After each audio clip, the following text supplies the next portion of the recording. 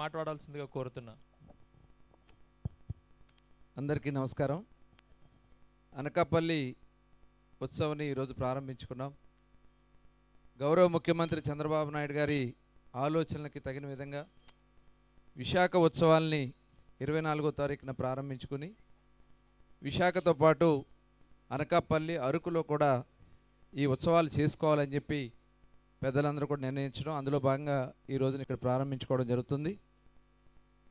మరి ఈ కార్యక్రమానికి అధ్యక్షత వహించిన స్థానిక శాసనసభ్యులు విజయ్ గారికి, అలాగే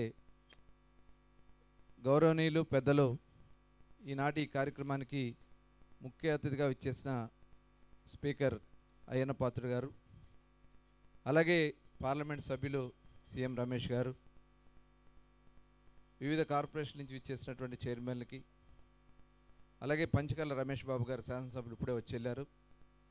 చక్కగా ఈ ఏర్పాట్లన్నీ కూడా చేసినటువంటి జిల్లా కలెక్టర్ విజయకృష్ణన్ గారికి, అలాగే ఎస్పీ గారికి, అధికారులకి, శ్రేయా మీడియా వారికి అందరూ కూడా పేరు పేరున నమస్కారాలు తెలియజేసుకుంటూ, ఈరోజు మన ఆంధ్రప్రదేశ్ రాష్ట్రంలో మనందరికీ తెలుసు, గౌరవ ముఖ్యమంత్రి గారు ఒక దూరదృష్టితో ఆలోచిస్తూ ఎక్కువ ఎంప్లాయ్మెంట్ రావాలి, ఎక్కువ మందికి ఉపాధి అవకాశాలు వచ్చే రంగాల్లో టూరిజం రంగానికి చాలా అవకాశాలు ఉన్నాయి.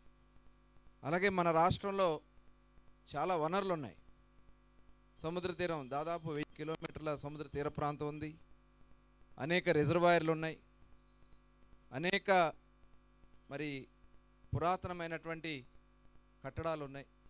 వీటినన్నిటిని కూడా ముందుకు తీసుకెళ్లాలని చెప్పి ఆలోచన చేసి అందులో భాగంగా మరి విజయవాడ ఉత్సవం చేసుకోవడం జరిగింది. అలాగే కడపలో కూడా కొన్ని కార్యక్రమాలు చేసుకున్నాం. ఆవకాయ అని చెప్పి విజయవాడలో కూడా ఒక కార్యక్రమం చేసాం. మచిలీపట్నం బీచ్ ఫెస్టివల్ చేసాం. మరి ఈరోజు ఇక్కడ అనకాపల్లిలో ఒక మంచి కార్యక్రమానికి శ్రీకారం చుట్టడం జరిగింది. ఇది విదేశీ యాత్రికులను కూడా ఎక్కువగా ఇక్కడికి ఆహ్వానించుకోవడానికి అవకాశం వస్తుంది. దానివల్ల ఎంప్లాయ్మెంట్ పెరుగుతుంది, మన జీడిపి కూడా పెరగడానికి అవకాశాలు ఉన్నాయి. అందుకనే ఈ కార్యక్రమాలను ఏర్పాటు చేసుకోవడం జరిగింది. ఈరోజు ఇక్కడ మరి మధ్యాహ్నం ముత్యాలంపాడు బీచ్లో కూడా కార్యక్రమాలు ఉన్నాయి.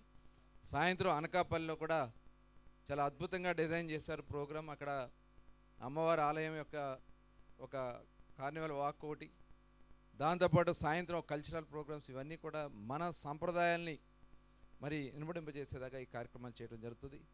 ప్రతి ఒక్కరు కూడా దీంట్లో భాగస్వాములు కావాలి. ప్రభుత్వం చేస్తున్నటువంటి, ఎందుకంటే 5 సంవత్సరాలు ఈ రాష్ట్రంలో ప్రజలు సంతోషంగా ఉండడం వాళ్ళకి ఇష్టం లేదు. కానీ ఈ కార్యక్రమాలు చేయడానికి గల కారణం ఆ ప్రాంతాల్లో టూరిజంతో పాటు ఆలోచన విధానాలు కూడా మారడం వల్ల ప్రజలకు ఒక కొత్త వాతావరణాన్ని తీసుకురావడానికి ప్రధాన అంశంగా భావించి ఈ కార్యక్రమాన్ని తీసుకోవడం జరిగింది.